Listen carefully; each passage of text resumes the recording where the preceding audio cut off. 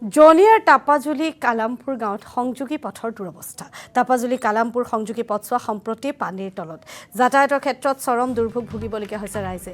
প্ৰতি বছৰ বাৰিষাৰ আৰম্ভণিতে বৰষুণ হ'লে পথছোৱা পানীত বুৰ যায়।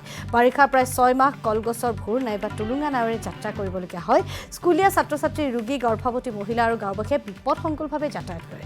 অতি শীঘ্ৰে চৰকাৰ তথা বিভাগীয় কৰ্তৃপক্ষক উক্ত পথছোৱা নিৰ্মাণৰ দাবী তুলিছে স্থানীয় ৰাইজে।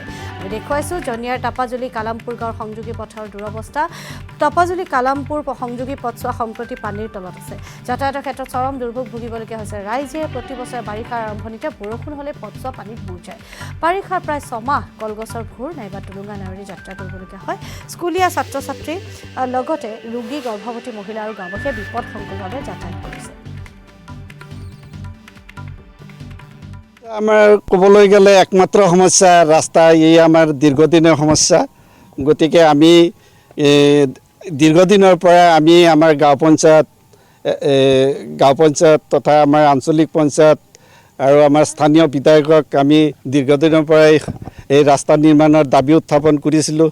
কিন্তু আজিকোবতে আমি এই ৰাস্তা নিৰ্মাণৰ সমস্যা আমি উলিয়াব পৰা নাই। বৃহত্তৰ অঞ্চলৰ ৰাইজৰ যিহেতু অসুবিধাত ভুগিব লগা হৈছে। আপোনালোকে দেখাই পাইছে যে আমাৰ ছাত্ৰ-ছাত্ৰী তথা দৈনন্দিন বজাৰুৱা যিসকল লোক এই ৰাস্তাৰেদি অহা যোৱা কৰে, যে বিকল্প ৰাস্তাও নাই। গতিকে আমাৰ ৰাইজৰ কেৱল একমাত্ৰ ৰাস্তাই সমস্যা, মূল সমস্যা। অচিৰে আমি ৰাস্তা নিৰ্মাণৰ আমি দাবী উত্থাপন কৰি আহিছোঁ আৰু আমাৰ